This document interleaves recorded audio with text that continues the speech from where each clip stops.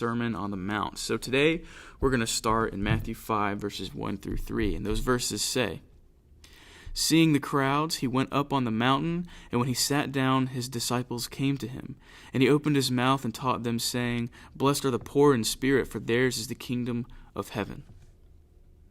Now each of these Beatitudes begin with the word blessed. And a simple way to understand what Jesus means by this word blessed is happy.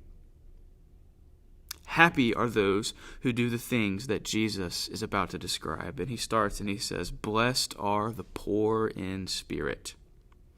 Being poor in spirit is to recognize that you are spiritually bankrupt apart from God.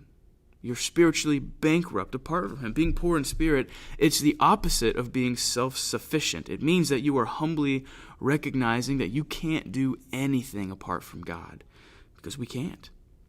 It's a confession that you are sinful and that you are rebellious towards God and that you're in desperate need of Him to save you. And I think in Psalm 38, David writes about how he recognizes that he's poor in spirit. So Psalm 38, it says, "There is no soundness in my flesh because of your indignation. There is no health in my bones because of my sin. For my iniquities have gone over my head like a heavy burden. They are too heavy for me. I confess my iniquity. I am sorry for my sin."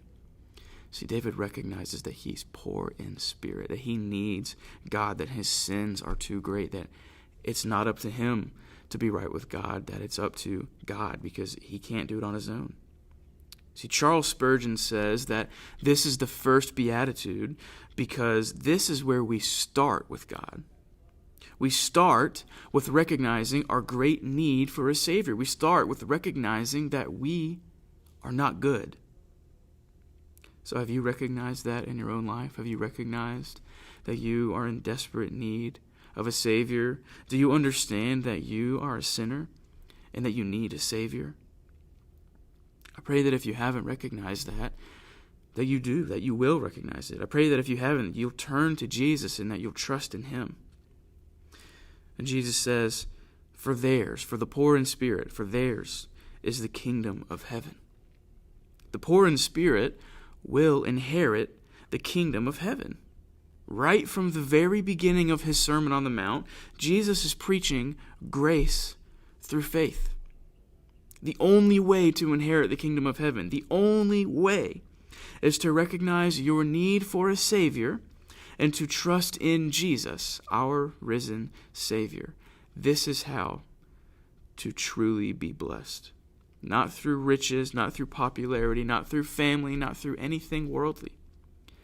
You're blessed by being poor in spirit. And being poor in spirit is recognizing that you need a Savior, because we all do. We all need a Savior. So I pray that you'll recognize this today.